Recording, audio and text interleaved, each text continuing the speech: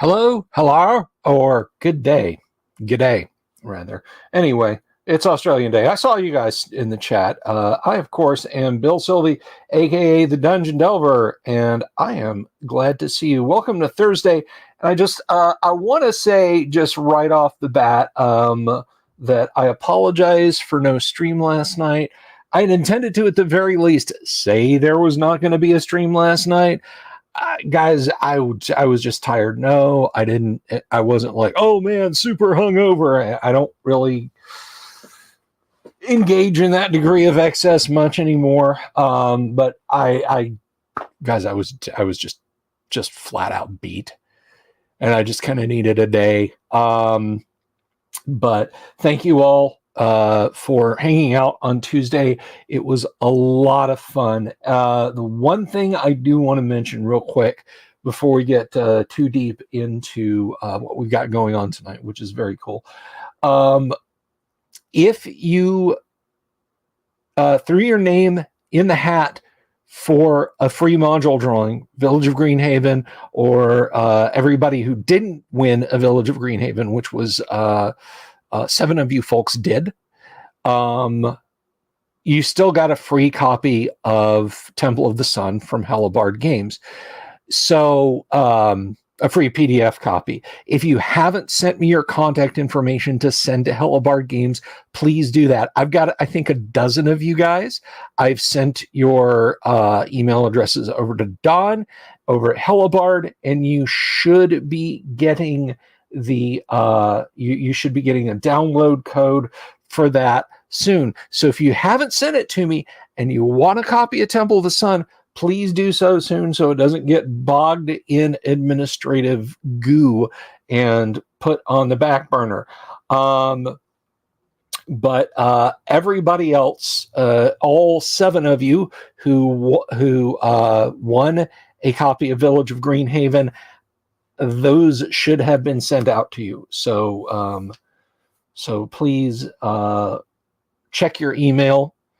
You'll have to log on to DriveThruRPG and download it. That's all on you. I didn't email you the PDF.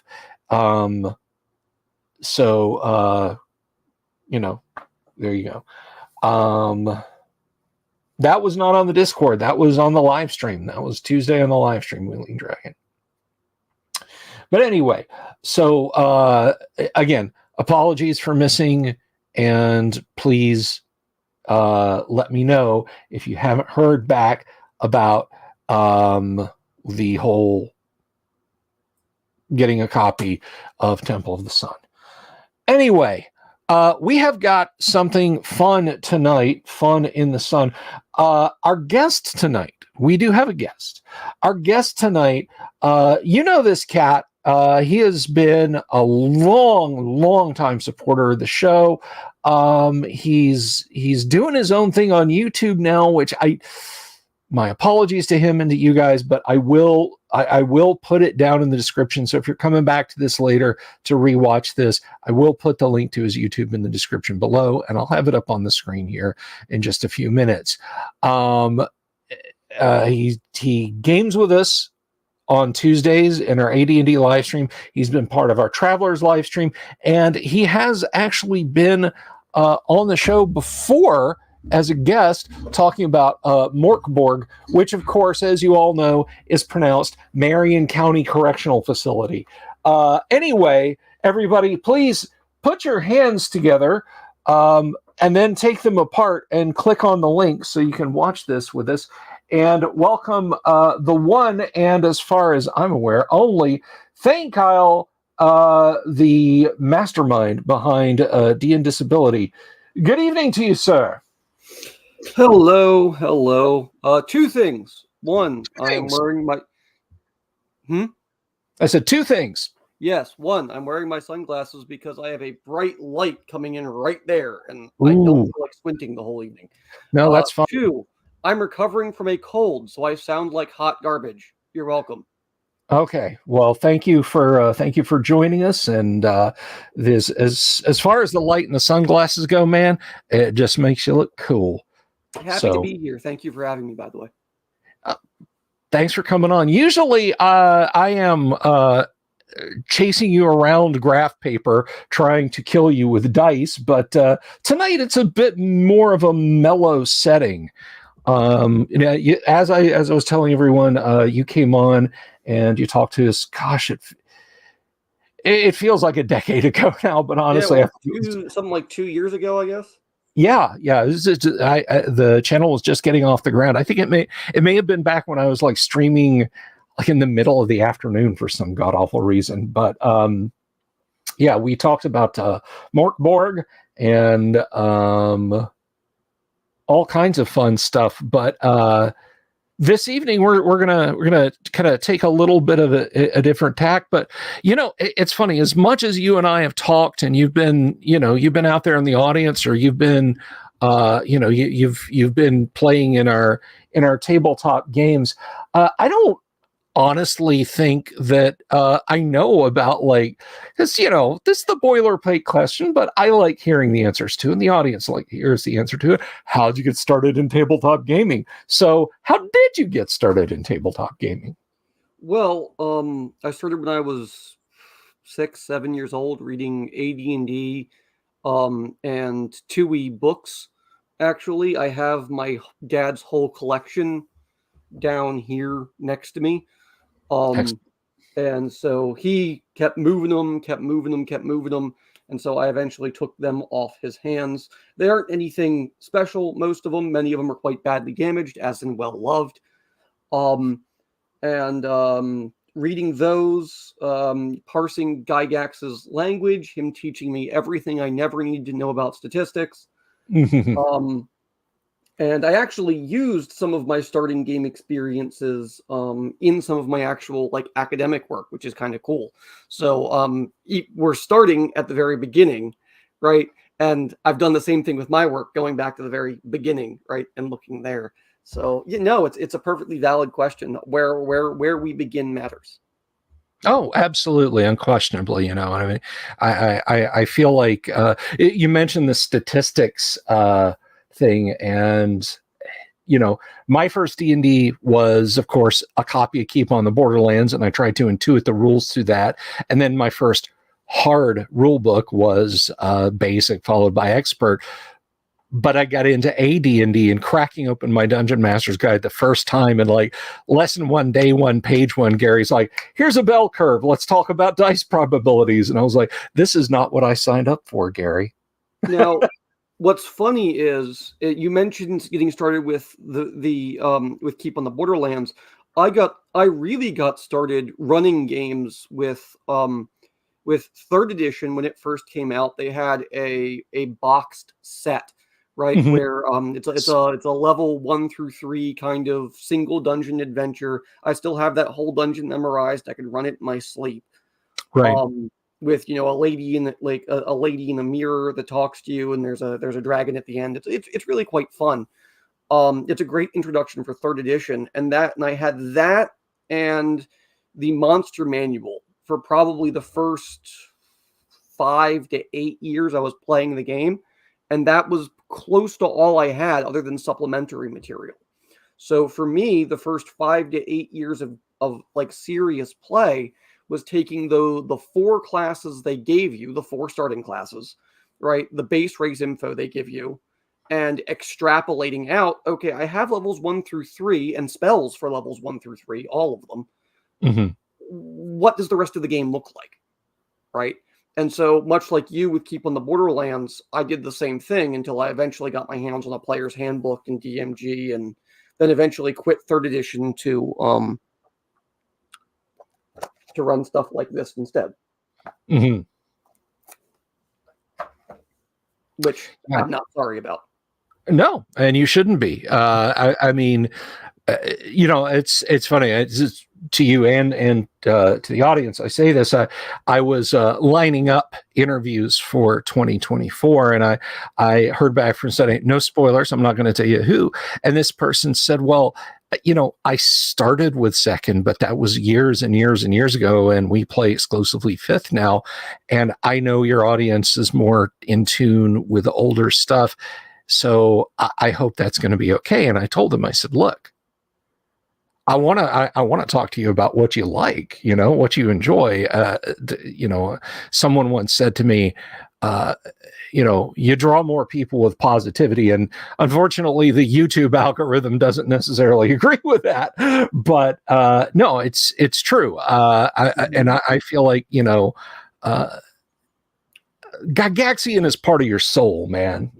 Well, The old school is not, it's not just one thing, and it doesn't have to be.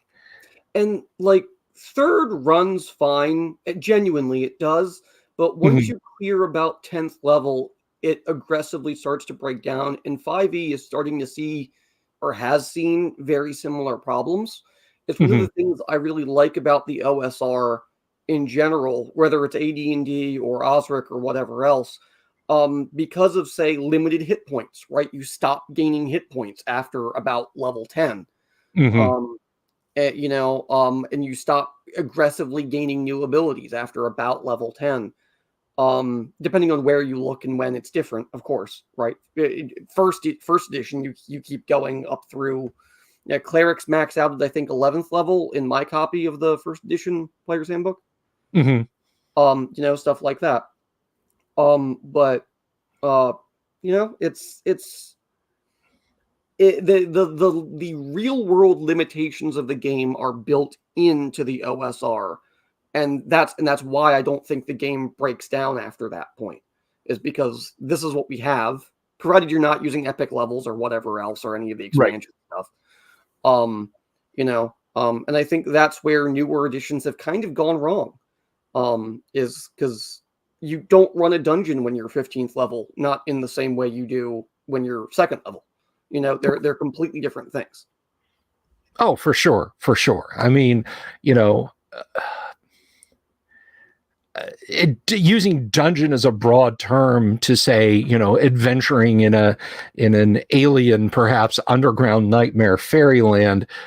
Yes, but in the sense of, there's 10 orcs guarding a chest with 1,000 gold in that room. There's a rust monster in that room. No. It becomes a different animal. And I feel like myself, when people talk about, oh, well, the game breaks down at high levels, and you really just horse hockey. Okay.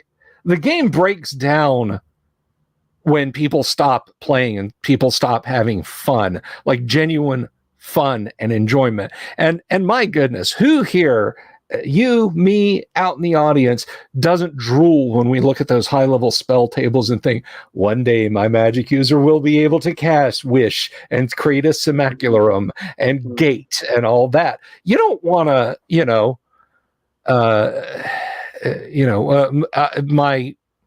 my half elf cleric fighter made it to 5th level, and then we stopped playing.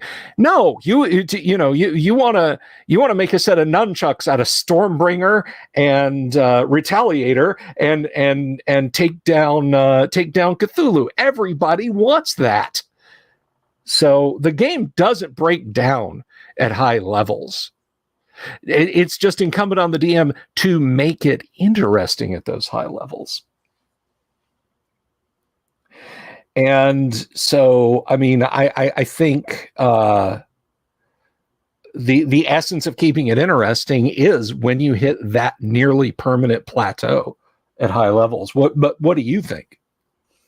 I think you can. I think the OSR in general, speaking not just about 1E but others, does it far better. Here's my point. Okay, in say third edition, right? You can have a plus by the time you're 20th level. You have like a plus, let's say 65, even 45 to your move silently check, as an example, right?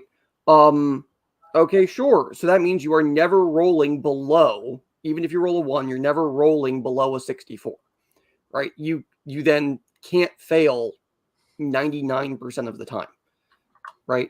Effectively. Which takes, even the highest level of thieves, I don't recall really start getting 100% chances of success until when? Gosh, I don't know that you hit 100%. I think the 100% happen when you get that rarefied, I have an Ioun Stone and I read one of the books, so now my dex is a 20. That's my point, right? That's exactly my point, is that, and the other thing is you don't have characters spending 10 minutes to take their turn like you do in, say, third. At least in my experience. As I said in a recent video I did, I cap my players at 1 minute for their turn, right? Players with disabilities or otherwise, you've got 1 minute. Otherwise, we're coming back to you. And it's because that's when the game literally breaks down. And that's what I mean by breakdown, is that the players, it starts when the combat goes from taking a half hour for the whole thing, or an hour at most for the whole thing, to one combat is a 4-hour play session. Yeah. That's too much for me. Yeah, no. And that I've joked about it before, but man, that's like, I can't do Rollmaster. I know it's old school and I know a lot of people love it, but I mean, you take any one of the fights y'all's group went through and Keep on the Borderlands against kobolds or goblins. We would have been a month going through that, instead of like, this happened in the first part of tonight's session, but now we move on and there's other exploration. My mentor in college, and here's the one saving grace of Rollmaster in my opinion, plays Rollmaster to this day, at least as far as I'm aware, but she plays it as a kind of mail-in game where it's all text-based, it's all one great big long text chat, and you might just check in every few hours. Mm-hmm. And I think that is what Rollmaster is made for, is for that kind of scroll in, kind of, all right, well, here's my turn. I'll check back in an hour when I'm done doing my taxes. Okay. Yeah, no. I get you. And I mean, somebody asked me Tuesday night about my favorite moment, my favorite character interaction moment in a role-playing game, and it was actually in Rollmaster. I'm not going to retell the story here. You guys will have to go back and rewatch the live stream.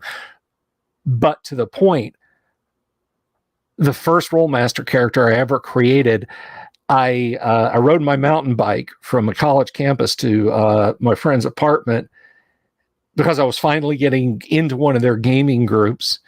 And I got there at 1 PM. We started playing at 8. I had finished my character at 7:00. I'm not making that up. Coming to grips with how that system works. And it's, I get it that it's some people's jam, but oh my goodness, it is a dense system. But, so I like the pop and the verb of OD&D basic AD&D, Conan is kind of like that too. The 2D, I think they use a 2D10 system for 2D20 system. Yeah, for modern Conan.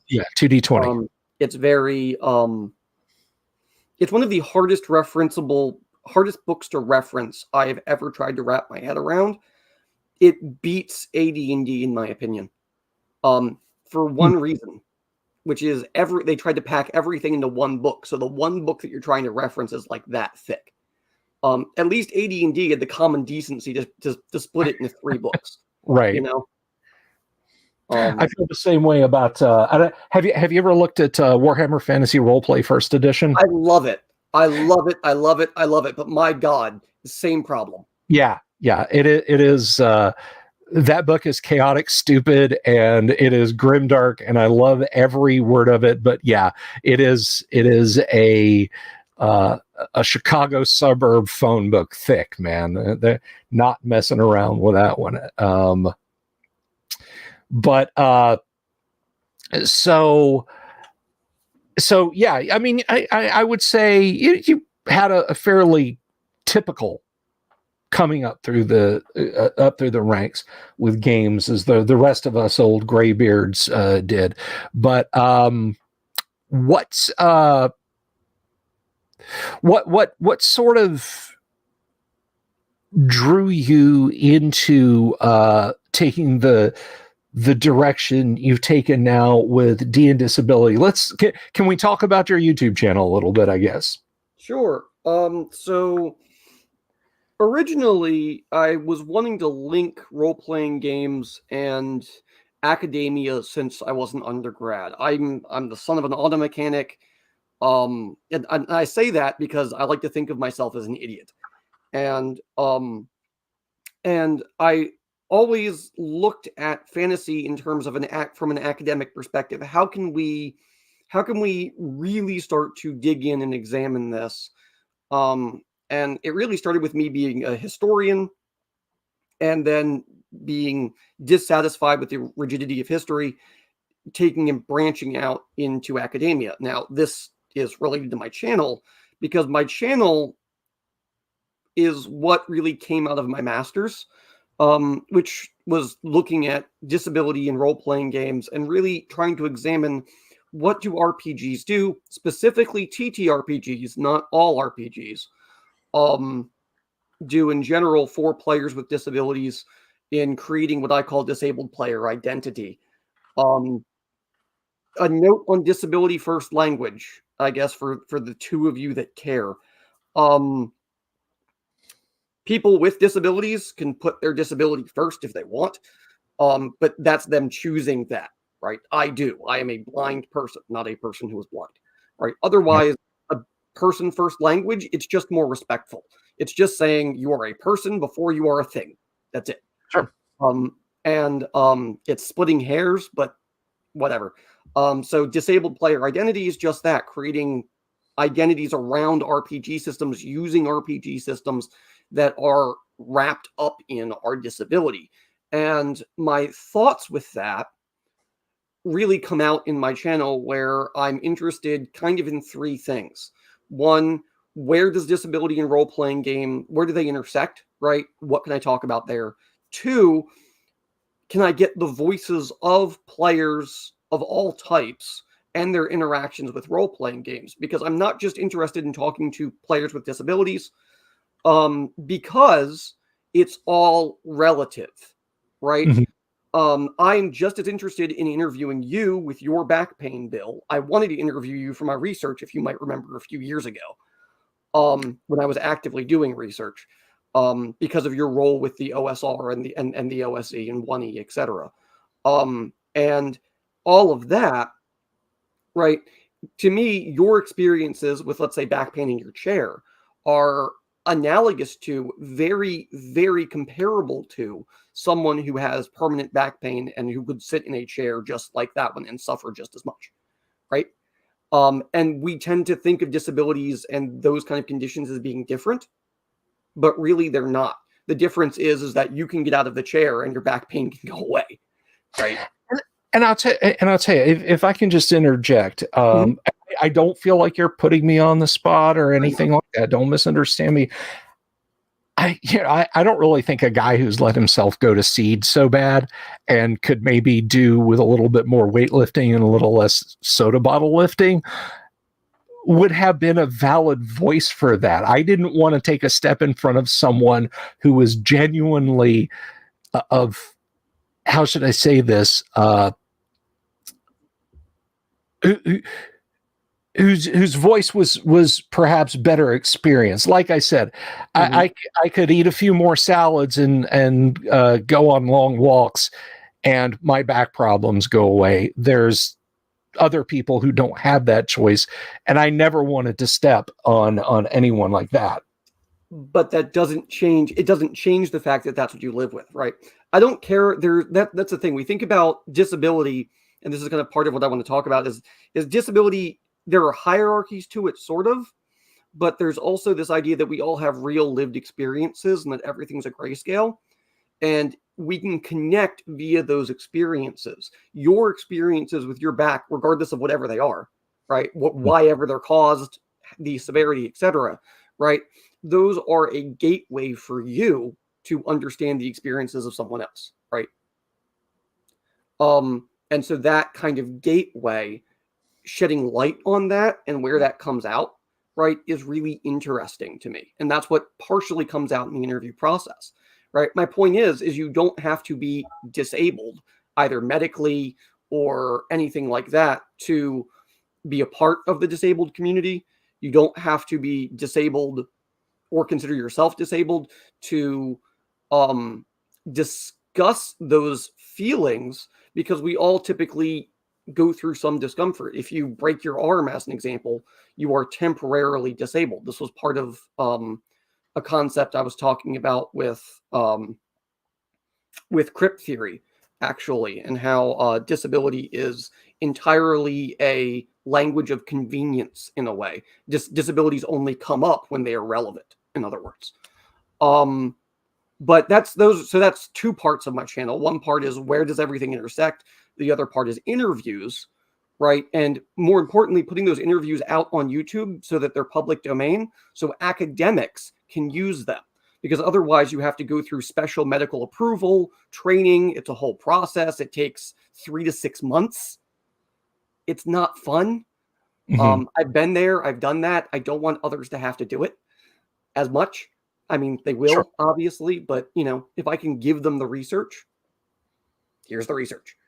But then the third thing really is then what can I do for game masters and players in real time, which I think is what everybody else cares about, right? Like most people aren't going to care about the other two topics, right?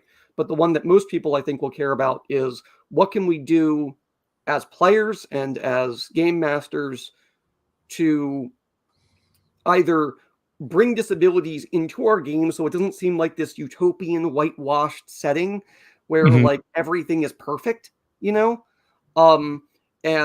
that we can accept them, embrace them, and also how that we can have characters and how we can also have players with disabilities and have it be as equal a playing field as possible, even if that sometimes means it's differential treatment, right?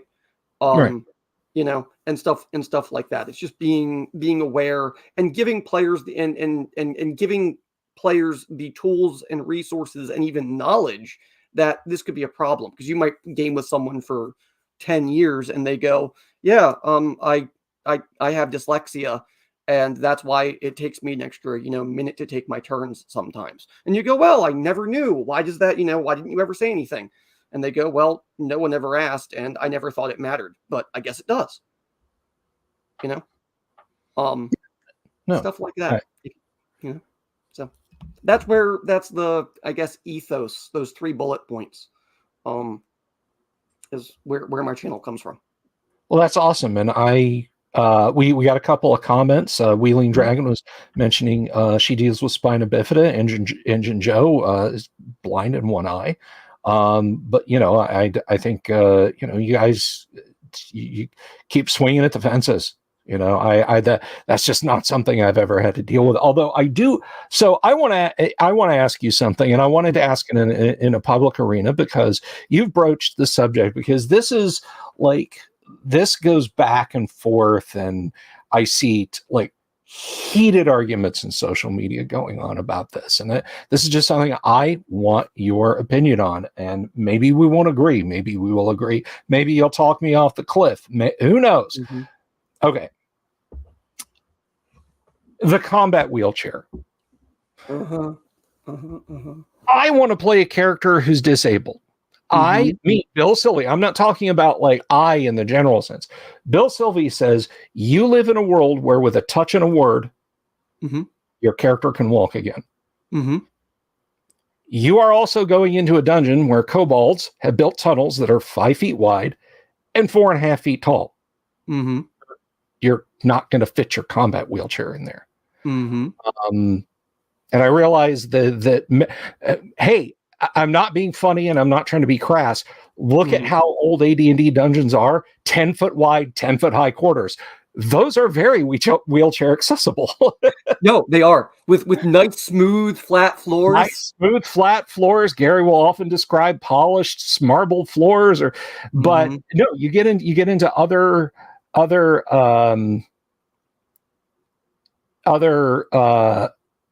areas, and again, it's like, well, I cast detect magic. Well, somewhere back behind that maze of twisting tunnels that the gnome will have to belly crawl through is the magic doodah. So I, from a DM's perspective, will say, if you want to be the fantasy equivalent of a Vietnam tunnel rat, you need to be mobile, fully like 2 good legs, 2 good arms, 2 good eyes, 2 good ears. And the pushback from some people is that that's wrong, that's limiting. I should let someone play a character any way that they want to, and hey, their chair can hover, and it's magic and do all this and that. Let me hear your perspective on it. You are someone. So there are several points that I'm going to break down in your statements. Okay. I'm going to start with the first and biggest misconception that I think you fall into as well, but also all DMs fall into, or most DMs fall into, I should say. Just because a restoration spell exists, doesn't mean 98% of the population can afford it. Okay. How much is that spell? 1,000 gold? 200 gold? No, restoration, it's 5 figures. Okay. That's 4 figures more than a person could hope to, the average person could hope to afford. So now let's say I'm a first level character.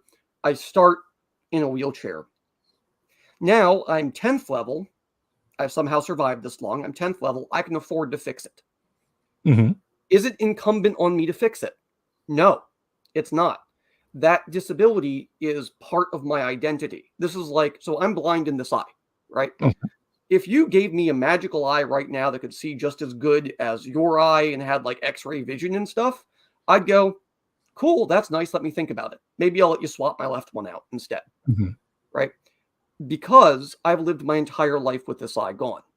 You ain't going to touch this eye, right? This is part of me, right? And it's the same for those who live in wheelchairs, those who live with limited mobility, because what they want isn't equality.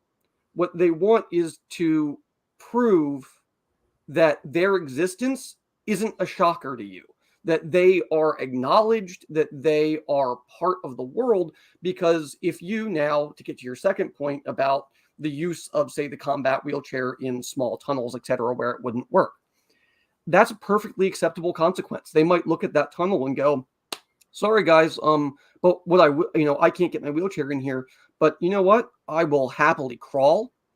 I will stick that knife between my teeth. I will crawl with one arm. I'll have a wand in this arm, and I will crawl my way through that tunnel and drag my legs behind me, right?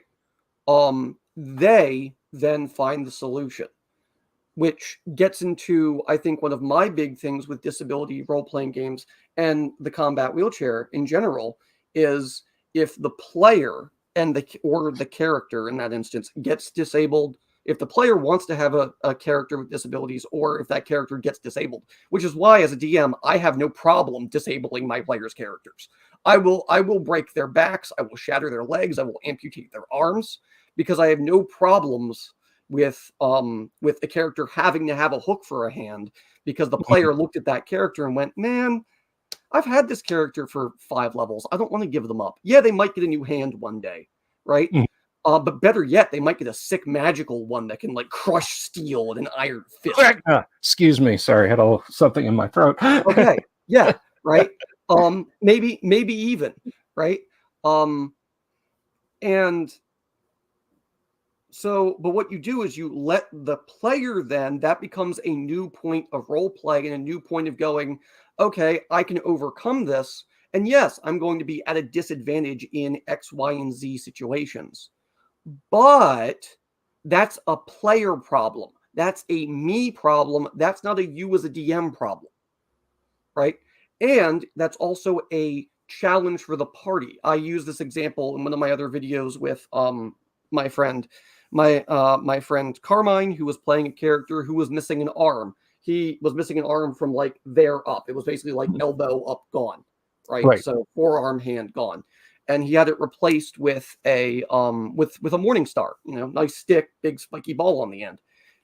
This didn't provide a huge problem 90% of the time, but certain problems, right, made him put his great big tower shield away. And now he needed to use this hand to climb or this hand to do anything else with. And he couldn't climb as well. So what the party ended up doing, they'd lower ropes for him. They'd lower a ladder for him. They'd, lower a hook that he can sink his boot into and get raised up, right? To help with all of that, right? Even so far as saying, okay, we can't get your wheelchair over this. Our caster's going to cast floating disc. Let's sit you on the floating disc and bring you along that way, right?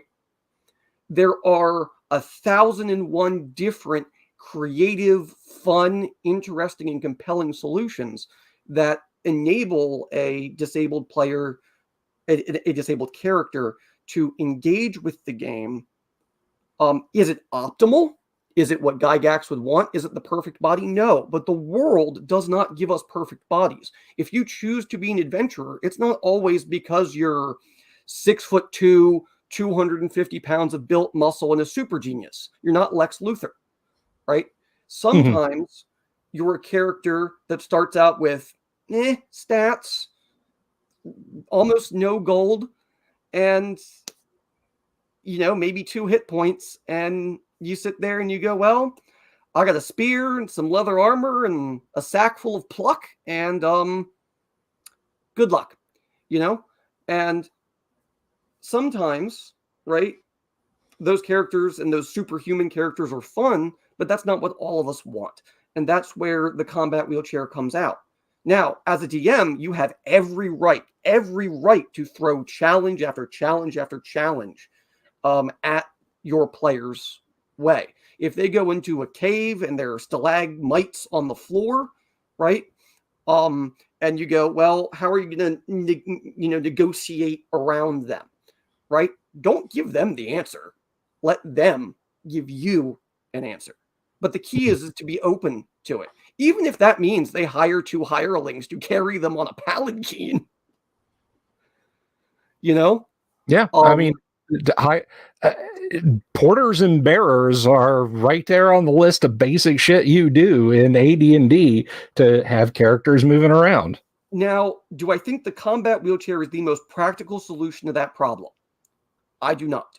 However, I do think it is a solution. And if we go back in time, okay, and look at medieval artwork, you can see little proto wheelchairs. These are it's basically like a wooden box, maybe 6 inches high or something like that, or a rolling platform that kind of looks like the same thing an auto mechanic would use, like a rolling dolly. You just lay on it and scoot under the car, People were using those to wheel around the same way, just with their hands, on the ground. Or they would use crutches or, even something like a peg leg or something. There are also drawings and accounts of parents rolling their children around in a wheelbarrow because that's what they had and that's what works, right? Is that optimal for an adventuring life? No, but sometimes optimal is not what we want. So that's my answer to you and your combat wheelchair debate. That's not a DM problem. And if it is a DM problem, don't think of it like one.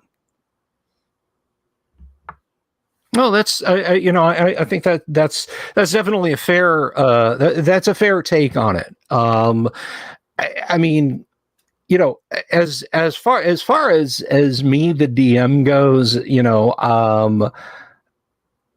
again, Bill Sylvie, I might say, hey, the church is absolutely willing to extend to or restore.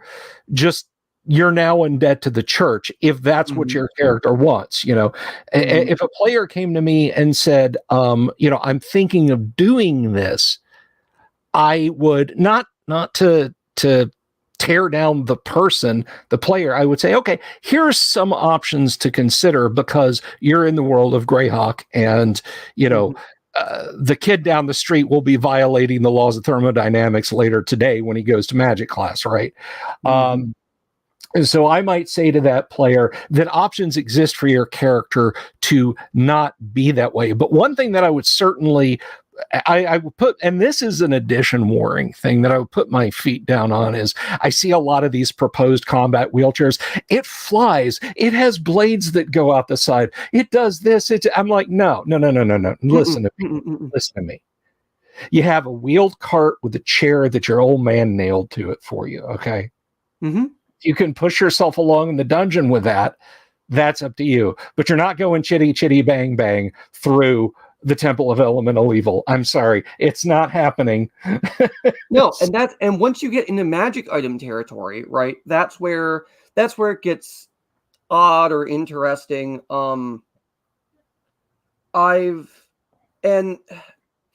If they are of high enough level, 10th level or whatever, where they have enough extra money kicking around and their character goes, I don't want a restoration on my legs. But what I would like instead is I would like to hire this artificer or this mage to instead build me a set of quadrupedal spider legs so I can walk around like what's his face at the end of Arliss Lovelace at the end of Wild Wild West, right? And so I can just thump my way around with like big old spider legs, because they might think that's cool, right?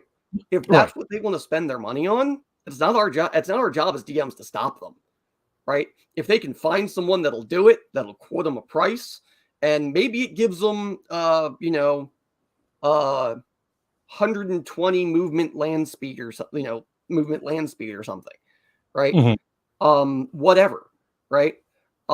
That's it. It doesn't have to have like spider climb on it or fly or anything like that. But that itself, I find, can be a very, very rewarding thing. And it makes them feel like, and it makes the disability still there, still present, right? Which is something that I think a lot of DMs that do not have a disability do not understand that concept. Why would you want that present, right? Because I've heard he did a lot of writing. He wrote the Forgotten Realms. Ed Greenwood. I've heard Ed Greenwood say the same thing, and I take issue with it. Not to throw Greenwood under the bus. Of like, if you have a disability in not Thay. They had all the little they had all the flying islands. I know sweet FA about Forgotten Realms lore. Anyway, if you had a disability in the Forgotten Realms, bing bang boom, magic, it's gone. Why wouldn't you want that? Right? Why wouldn't you just want your disability or whatever, your deformity gone? Right? And the answer is that part of human psychology, some don't. Some want to play a character that reflects themselves. And that's part of it, So sometimes it's about overcoming the struggle. It's about the journey. It's not about the destination. Sure. Now, one thing I did want to, I think Engine Joe brought up a perfectly valid point of view. He said, lost an eye and several teeth, and you have my sympathies, Joe. He doesn't want to role play that, and the other players aren't obligated to care. And I think that's an absolutely valid point of view. Yeah. I mean, and I'm going to tell you the honest truth. If Bill Sylvie woke up tomorrow completely blind in one eye, and I sat down at somebody's gaming table, and for whatever reason, my character was also blinded in one eye, I would say, yeah, absolutely, give me that magic eyeball right now. Absolutely, give it to me yesterday. Absolutely, and that's the thing about this is, A, we're talking about a minority of players that want this, right? B, the key is it being an opt-in, right? But the other thing is even if you have a character, say a player like you, if I here's an example of a player losing their arm in my game, right? A mimic gets a hold of that player, right? And mimics are sticky, right? They look at that mimic and they go, if I stay attached to this thing, because they had like a strength of 9, she was convinced she could not pull away from that mimic, right? Mm-hmm. She's like, I'm cutting my arm off. I'm just, I need to escape. I need to get out of this situation. There's 2 mimics coming at me. One has a hold of me, and there are 2 more on this side. They were in a warehouse full of mimics. Mm-hmm. My arm's got to go, right? And so she did. She did what she had to escape that situation. She took it off at the elbow, and her friends carried her out. And the result of that, though, was her character getting a prosthetic, and then for a few months of gameplay, actually living with that prosthetic, and then eventually getting it restored, right? And what that did for her character is that gave her character an arc, an entirely in-game, in-player created action-based arc, right? Mm-hmm. Where she had this challenge, she made this choice, she overcame it, right? And now she's whole again. So these can also be very temporary things, which I find is very freeing. And as players, we can accept them knowing that they're temporary as well, right? So having those options out there gives us other tools. The other thing is seeing disability as a spectrum. Just because you have a problem doesn't mean it's like going to stop you from doing something. But yeah, it's entirely opt-in. Fair enough. Got a question here from Nariochi, who says, are you familiar with the depiction of Ivar the Boneless and his disability in the Viking show? Thoughts on it, if so? I know Ivar the Boneless in actuality. As far as his depiction in Vikings, no, I am not. I stopped watching Vikings about halfway through season 2. It turned into too much of Game of Thrones for me, I'm afraid. I don't do heavy politics. It's amazing. Like, I'm a historian and I don't like Game of Thrones. And that's because, spoiler alert, when you read history, it's all drama anyway.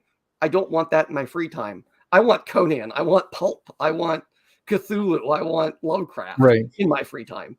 I don't want that drama. So I'd have to look. Yeah, I'd have to look. So there you go. Let me see. I don't want to have missed anybody. So yeah, guys, keep throwing the questions out there. Let's see. People talking about you had mentioned wheelchairs, and people got to talking about Arliss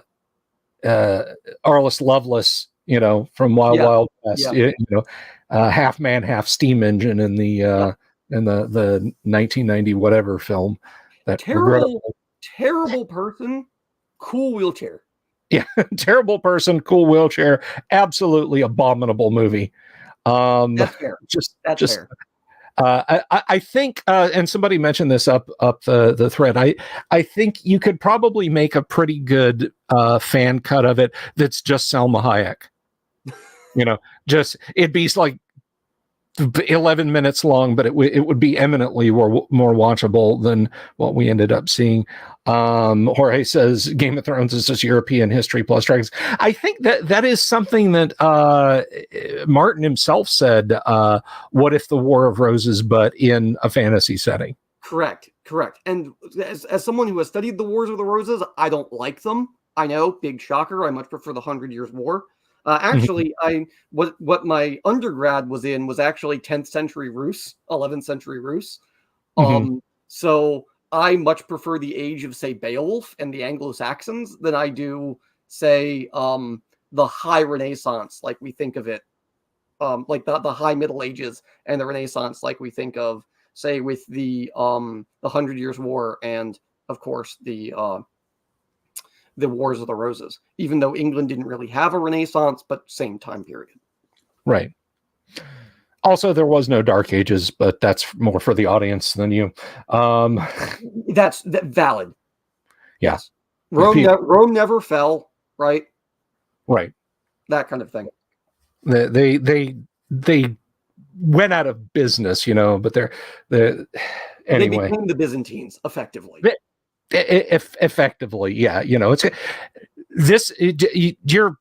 a couple years younger than me at least, but it's like I get people talking about, oh man, I love Zayre's department store. When I was a kid growing up, they went, but it's a shame they went bankrupt. No, they didn't. If you've been to a Bell's, you've been to Zayre's. Same company, different branding, exactly the same company. If you went to their corporate headquarters and dug deep enough into their files, you'd hit Zayre's eventually. Same thing with Rome.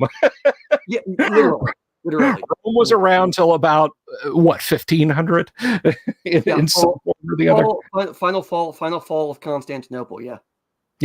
So, Dark Ages are right now. It'll end at 6:30 or 7. Very funny, Hypercam. I mean, that's true. Let's see. Hypercam also says, wait, European history didn't have dragons. Hey, I wasn't there. I don't know. Maybe. Okay, here's an interesting thing for you. We tend to think of like dragon slaying myths, right? And yet, like the dragon that you see, the dragon typically is a metaphor, right? So when we think of that, it's more metaphorical than like them actually thinking people actually went out and slew dragons. So there's also that. Medieval people did have the same brains we did. I'll point that out. Elaborate on that. You can't just drop that in the conversation and then move on. What? Okay, so medieval people didn't have the same brains as we do. No, medieval people had the same brains we do. Okay. Yeah, that makes a lot more sense. They had, because they are dead, the same brains we do. All right, I thought you were going to go on about something like diet and protein and brain size and stuff like that. Okay, I mean, okay, so if what's kind of hilarious is we like to think we are so much smarter than the average medieval peasant. Yet we are only really started becoming as smart as we are in the 1850s. Because standards of education, mass education, and when that starts to actually pick up is the 1850s, right? You could have pulled a random guy off the street and gone, "What's the center of our universe?" And they go, "I don't know.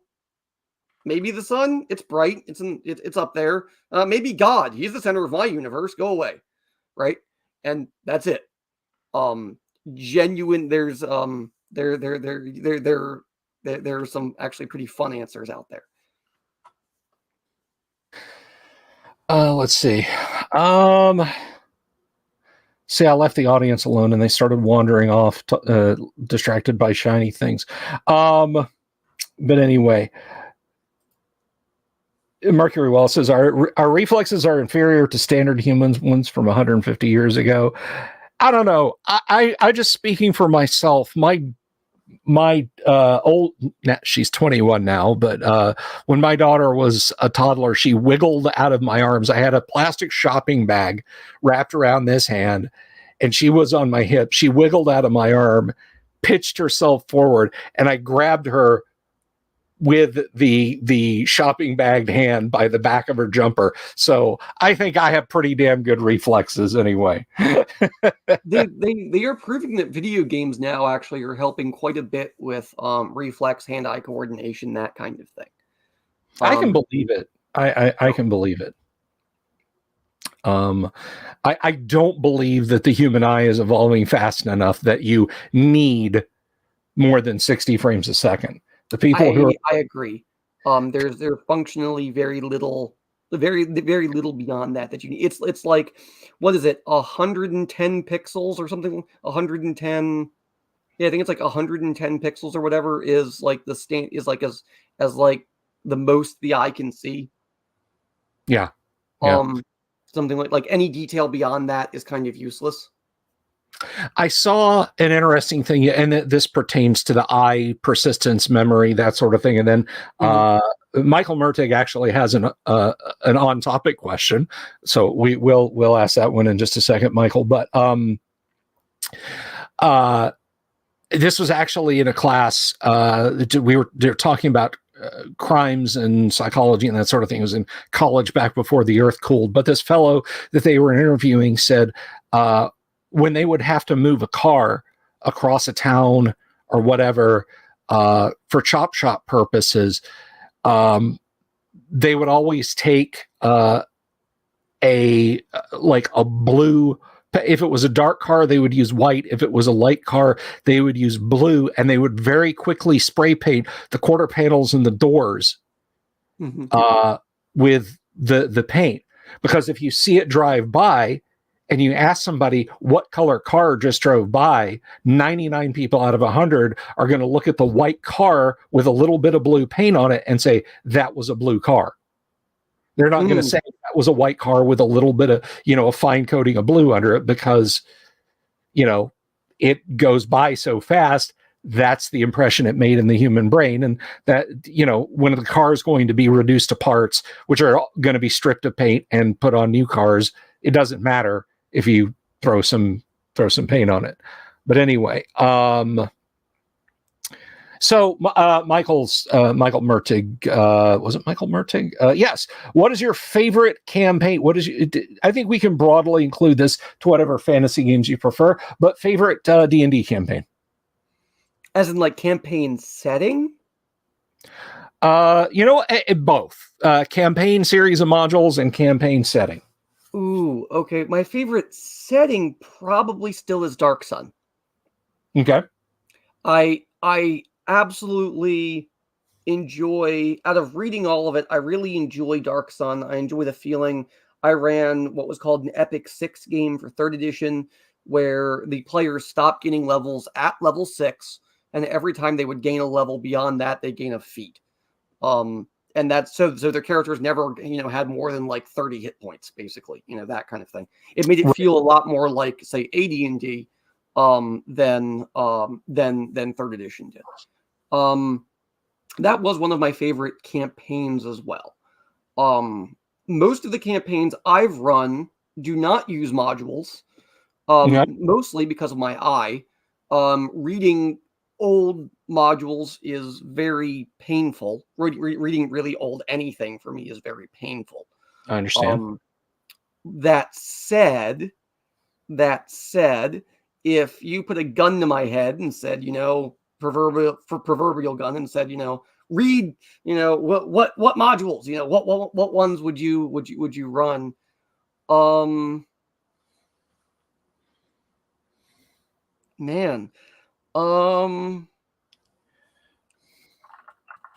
I guess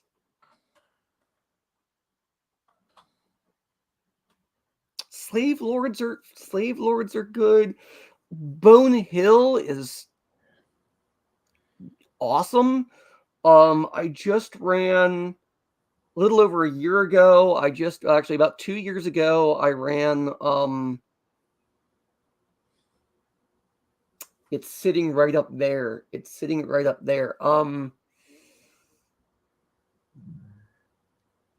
Where you go and defeat Zargon. It has the upside down, the pyramid, and then the upside down pyramid. Lost City. Yes. Yeah, we did a deep dive on that. People loved that deep dive. We really dug into that one. The Lost City my players loved it. I used that. So what I did was I ran an Underdark campaign where they were all dwarves or another subterranean species. And then it ended once they were of level with the Lost City, right? Mm-hmm. And then the fallout after the Lost City, and that's where that ended. And that one, using that as like the latter half of my campaign was probably, I think, one of my favorite things. I tried running Temple of Elemental Evil T1 through 4. My players did all of the outside exploration, explored the first level of the temple, and then gave up. And then that ended. I've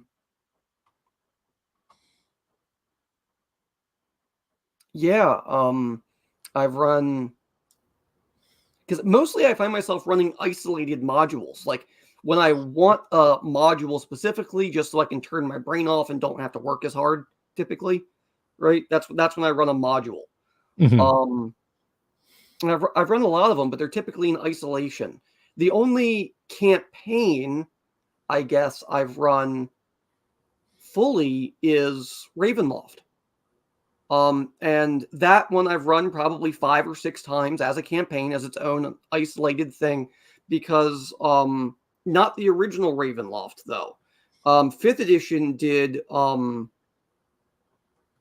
did they call it? Curse of Strahd. That's what they called it, where Yeah. they took Ravenloft, genuinely took Ravenloft and blew it up, where you're given an area about twice the size of original Ravenloft, and it can and other outside areas to explore in. And say what you want about 5th edition, that's fine. I didn't use 5th edition rules for it when I ran it. I used basic fantasy, actually, which made the encounter with those 14 whites horrendous. But I also play Strahd kind of like a military genius, as an example. He took, in my example, that campaign ended with Strahd taking his vampire spawn and his 14 whites, as well as a bunch of skeletons and zombies, to the PCs, cornering the PCs in a tower, and then laying siege to that tower and murdering them. That ended in a TPK. They also killed Strahd, but his body would reform in his coffin anyway. Right. Right. But so there. I guess there's my answer. Probably my favorite one is Castle, is the expanded versions of Castle Ravenloft. Right on, right on. I'm. By the way, guys, if you haven't already, please subscribe to D&Disability here on YouTube. If these sound like some interesting topics that we're touching on tonight, or if you just want to check out a really cool YouTube channel, give it a look. Looks like you're kicking up there. Yeah, 184 subs so far. I've gained 4 since the other day, so I guess there's that. There you go. There you go. Cheshire Cat. Oh, we have a veteran says technically we won that tower siege. You have one of your victims in the audience. Yeah. They will argue until the cows come home that was the most Pyrrhic victory ever. And that's only because that's on a technicality. I'll give them that. Well, there you go. So, and there was a question here. Let's see.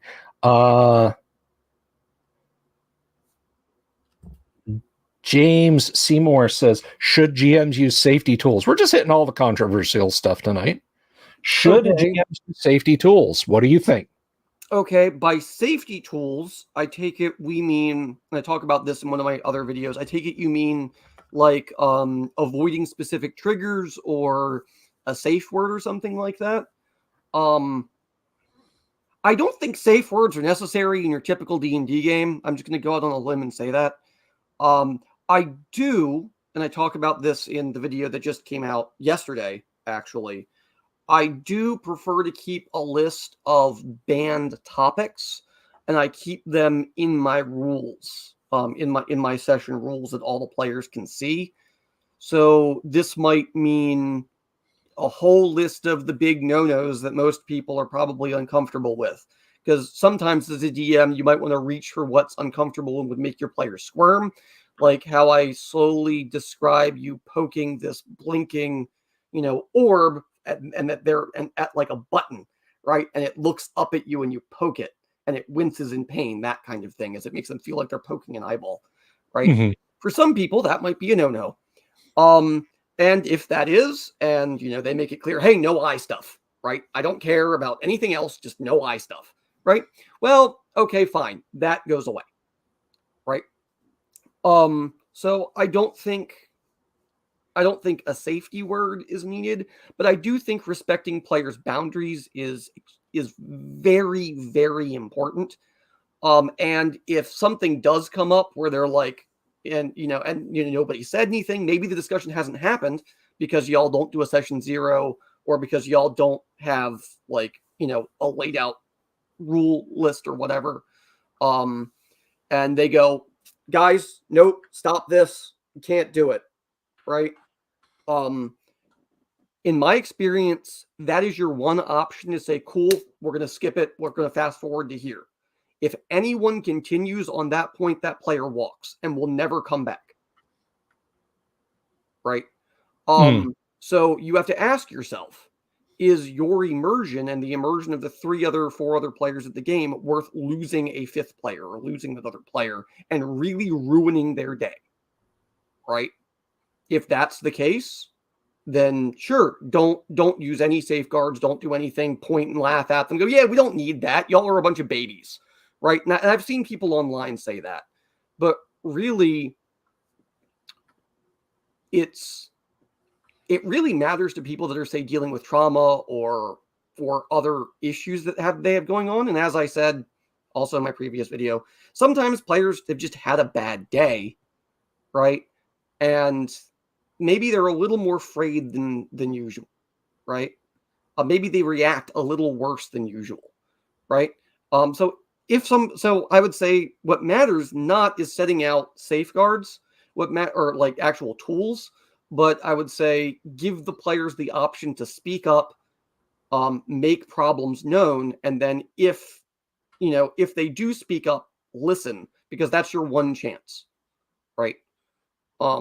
Because you can't you don't expect to be given a second or third. For myself, from a DMing standpoint, I mean,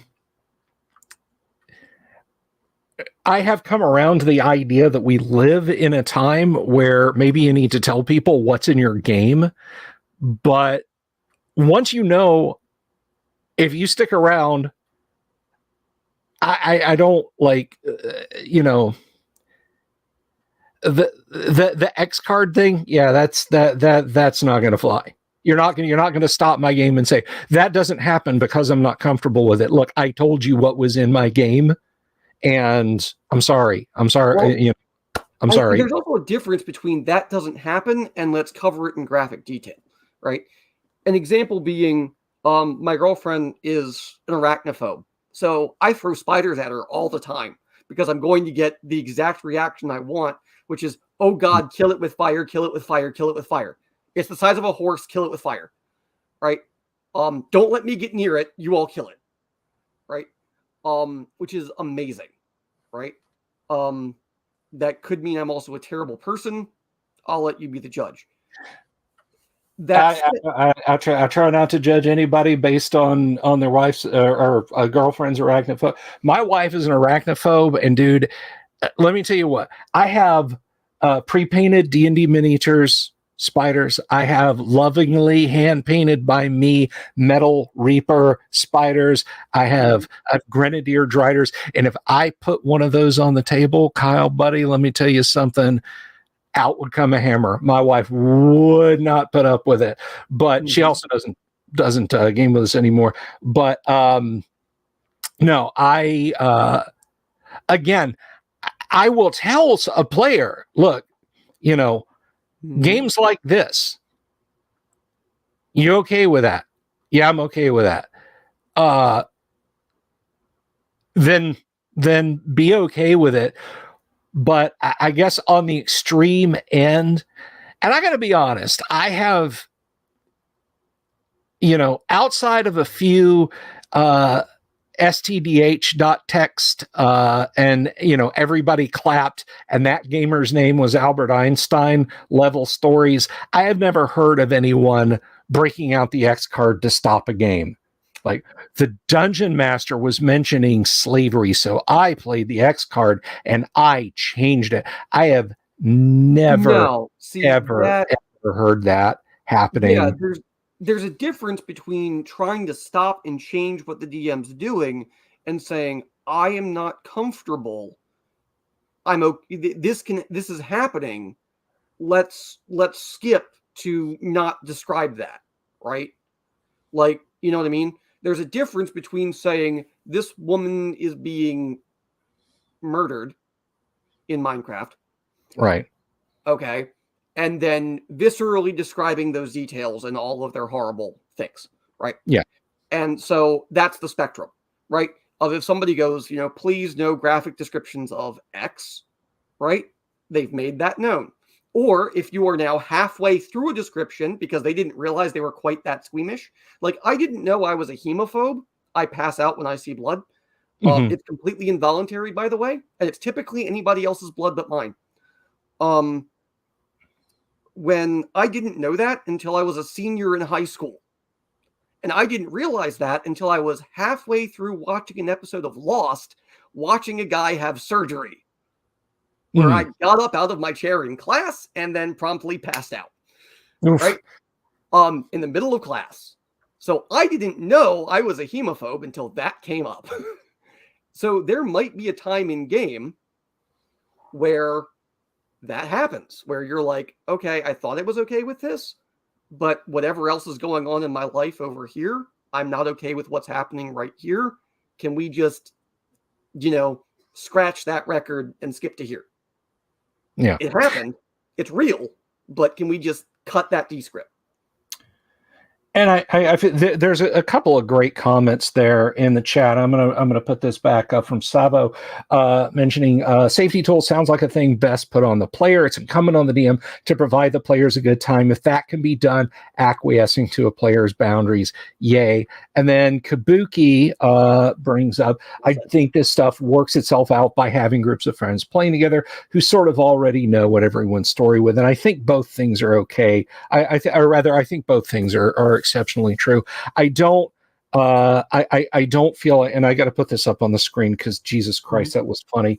But I don't feel like the idea of, I come to your game at a con, I have this brightly colored like soccer foul card in my hand and a piece of paper that you've got to go through and check off all these things and hand it to me, and then I'll play this card and stop your game if I don't like what you're doing. No, I tell that player to walk. Yeah, exactly. And I would tell a player, look, I'm sorry, I'm not doing that. I'm not stopping my game. It's again, let's go back to a hypothetical convention situation. And I don't like having arguments with people that don't exist about situations that never happened. But the word hypothetical exists in the English language for a reason. So I go to, say, Gen Con or something like that, and I say, I'm running Secret of the Slavers Stockade. If somebody walks over and says, I'm offended by the word slavers, I'm going to say, then this probably isn't the game for you. Exactly. They shouldn't be in that game to begin with, right? The difference is, the big difference is I'm fine with players having boundaries. I'm not fine with them using a tool to undo the DM. Now, however, my home RPG system uses fate, right? And the DM gets fate as well. I call it Bane, right? And their fate can undo the DM's Bane. I can look at your successful roll and go, re-roll that and spend a Bane. I only get 6 of them, period, per game. Well, actually up to 6 per game. Every time they get a crit, I get a Bane. That's how the system works. So the more successful they are, the more I can rack up the no, right? But they then can use fate to undo that. So for me, in my game, that is a way players have the ability of going, your monster just rolled a crit on me. I'm going to spend a fate and say no, re-roll that die, right? I don't like that. Now I could roll that crit again, right? Or whatever. And so that I find has been a way that I let my players say, no, DM, no, right? Or, man, I've failed for the 4th time in a row. I'm going to spend a fate and try again, right? And it stops those failure loops. I mean, I think something like that is like, that's luck points, and that's almost as old as TTRPGs themselves. Exactly. I mean, even Gary in, I think it was, now somebody out there, you can correct me if you want, or maybe even Kyle, I'm sorry, Theyen, if you know this, he had in Dangerous Journeys, he had Joss. You could literally influence a die roll one way or the other, and it might take it below the threshold needed to hit you or above the failure point you needed to hit. So I don't think that's necessarily a bad mechanic. I think stop your campaign and alter the way you're describing it to me is the bad mechanic. And I think you and I are in agreement that is a thing, and that should not be. As long as it could be like, if you're like graphically describing what they're doing to these slaves and the person goes, no, I don't want to hear it. Right. I get it. Like, DM, love you, buddy. I understand you. Don't want to hear it. Yeah, I just think there's a lot of stuff that can basically come down to don't be a dick to each other. And with con games, you have to be careful with that kind of thing. Like, I wouldn't run like a hardcore Call of Cthulhu or horror game, right, at like a con for a reason. I run slasher horror film Halloween games every year that would make the common person probably cringe. And I wouldn't run those with people that A, didn't sign up for it, and B, didn't know what they were getting into. I just described poking a human eyeball as a doorbell as an example. That's the kind of body horror, right? And that stuff is all opt-in, right? But and I think the idea of X cards, like, I think the mindset is looking through the wrong end of the telescope. There is a mindset out there, and this started with 5e and has really kind of gone forward as well with other RPGs. You kind of see it in Gumshoe and stuff as well, Kids on Bikes, and some others, where it is the players plus the DM. I see this in Mouse Guard as well, telling a story together, where the players give part of it, the DM gives part of it, and through there we have synthesis, right? And that's not AD&D. That's not D&D typically. D&D typically is DM, players react, DM, players react, DM, players react, right? And so I think part of what we're seeing with the X card system is players wanting to say, I don't like that, and they want to bring in the players can change what's going on with the narrative, with what the DM's describing, right? I think kind of that's where that's coming from, in a overcorrection that the world typically does. Remember it's like, you have ultra liberal people in government, then ultra conservative people in government, and you watch the pendulum do this, it's the same thing with like these corrective measures. Yeah. Right? And 90% of us are between where the pendulum begins to swing, and we're just, regardless of the situation. Okay. I'm not talking about just about politics, everybody out in the audience, but we're just watching the pendulum go back and forth and going, we would actually like it to stop, right here, instead of going over there sometime and going over there sometime. It's like you don't want a dungeon master who insists on using, the lyrics from a Gore Guts album as his adventure module. But at the same time, I, as a dungeon master, don't want to sit down and feel like, usually at a con, because again, going back to what Kabuki said about playing with sensible people and what I said about not being a dick, I don't want to feel like I have to fill out 6 to 8 BDSM contracts. Yeah. And know what you're getting into. There's a reason why I don't typically the most con games I've ever run or played have been on your server, right? I wish more players would actually sign up for my Mork board games. They're a lot of fun. Well, hey, there you go, guys. Thane's got a YouTube channel. It's got a community page, and there you go. Play some Morkborg with him. I actually created a paladin using Morkborg. We did that paladin thing. Savo here is at a convention. The attack of the Martian giraffes of Lust Adventure needs a trigger warning out of a convention, and will need a waiting list. Let me know when that module drops, Savo. Just I might want a PDF of that. Anyway, that's that. We'll talk later. Let's see. Just kind of going down through here. Luck was a stat. Yes, luck was a stat in Mechton and Cyberpunk, and a lot of other games. Call of Cthulhu as well.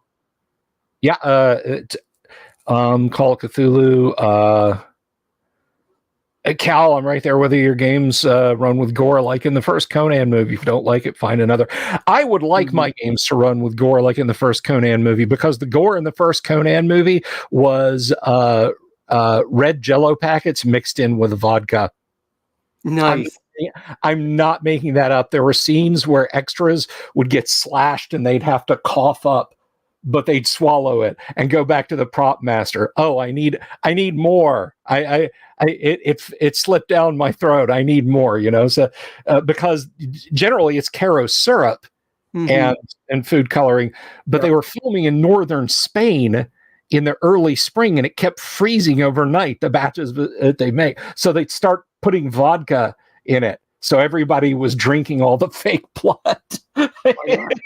Why not? Absolutely. So I'll take that. I'm not touching that one, Michael. Sorry. So I'm not even bringing that up. Thank you, Savo. I'll keep my eyes peeled for the Kickstarter. And I know you're going to do all the art for it too. So, but anyway, so what's next? What's around the corner for you next? You've done the scholarly approach. You're building a YouTube channel, by the way, up to 187 subs now. Thank you, audience, for throwing out subscribes. So my YouTube channel started and is going not to get 10,000 subscribers and to make me money. I don't care about that. If you're coming in to listen to my stuff, it's because you either care about disability in role-playing games, or you're looking to incorporate it into your role-playing games, or you're looking into saying, how can I make my world more real, or how can I make my game more accessible to players with disabilities, which is something that a lot of the OSR doesn't do. But really what I care about as a DM is that, but what I care about as an academic fundamentally, and I'm an adjunct professor, and I'm arguing with myself as to whether or not I can afford to go back for my PhD. I would like to, I plan to, but it's, do I have the $14,000 a year extra that I can spend for 5 years for my PhD? And the answer right now is like, no. So what I'm doing is I'm using YouTube to produce scholarly adjacent content. And I say adjacent because it's not peer reviewed. You guys are my peers.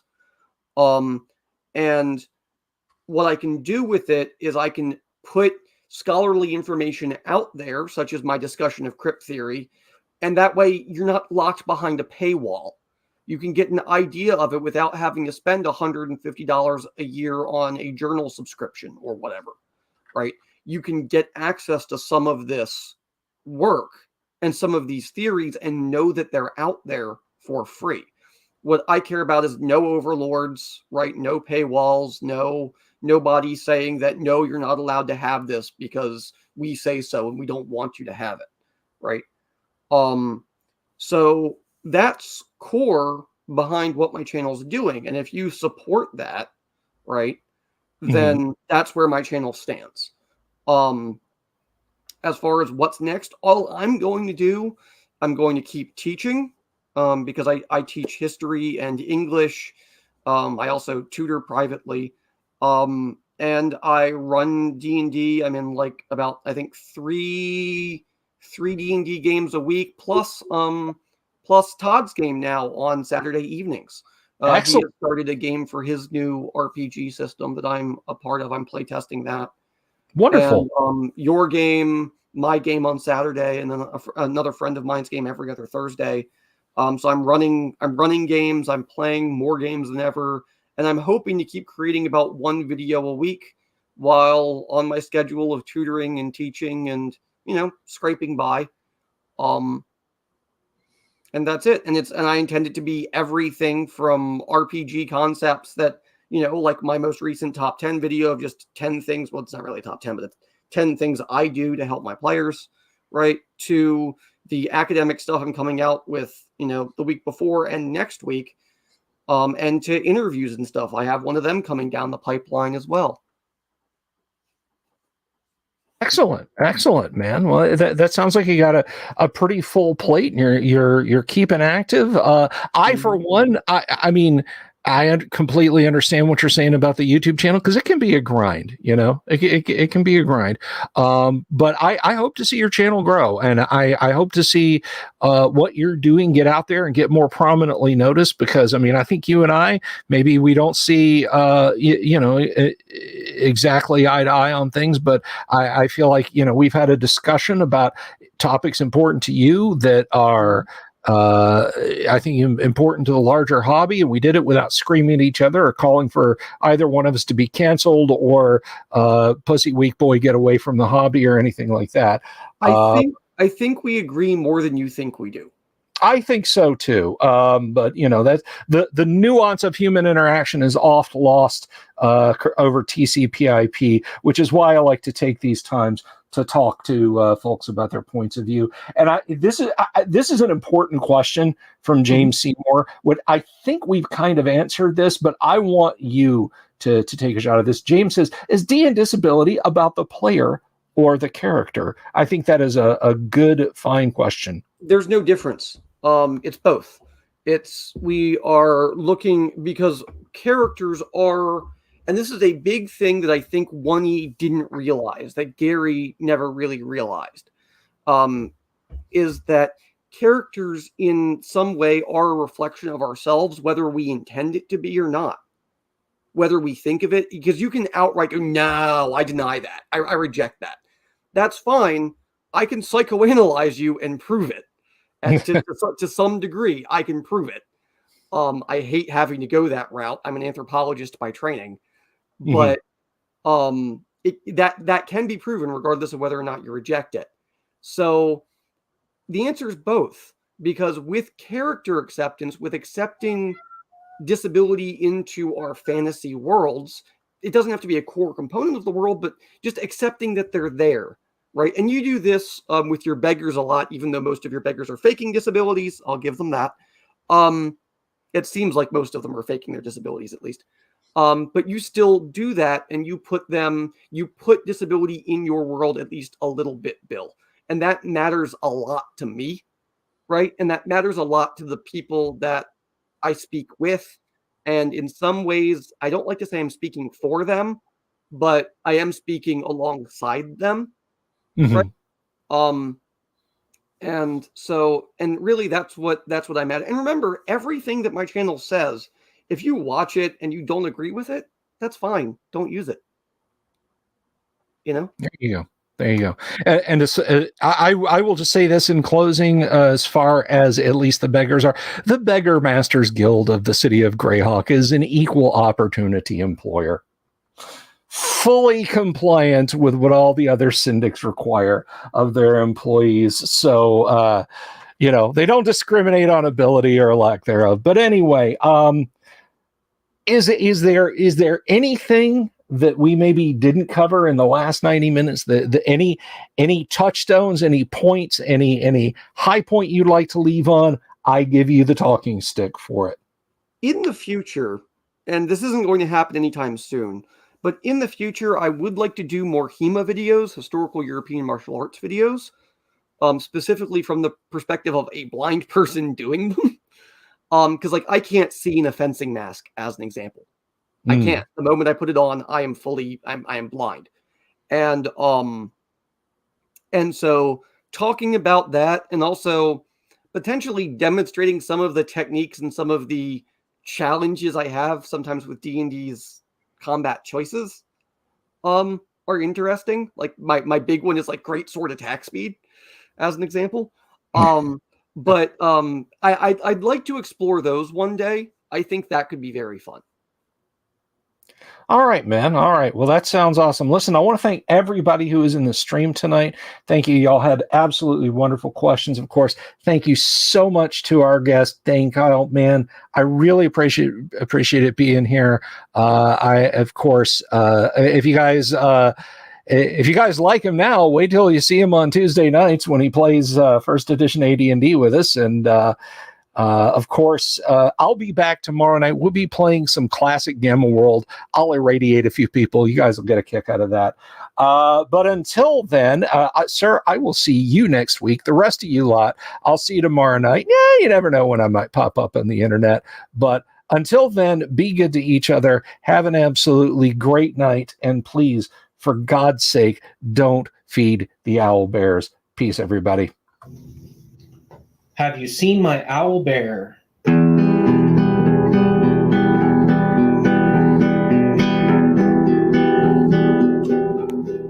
Here's to all the weirdos everywhere in the woods and in the air. Have you seen my owl bear? Should I shave off all my hair? Bobs are all around. Some live in tunnels underground. Some are fat, some are rich, some are sleeping in a ditch.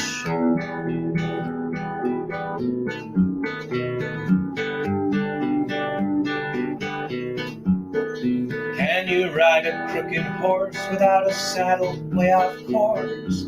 Naked as a toad all the way to Smoky Joe's. Have you seen the little creep driving fast in his little green Jeep? He smells like fish and brandy, but his rotten teeth look dandy. Take me to the show, I don't care if fast or slow. From action flicks to dancing dicks, just take me to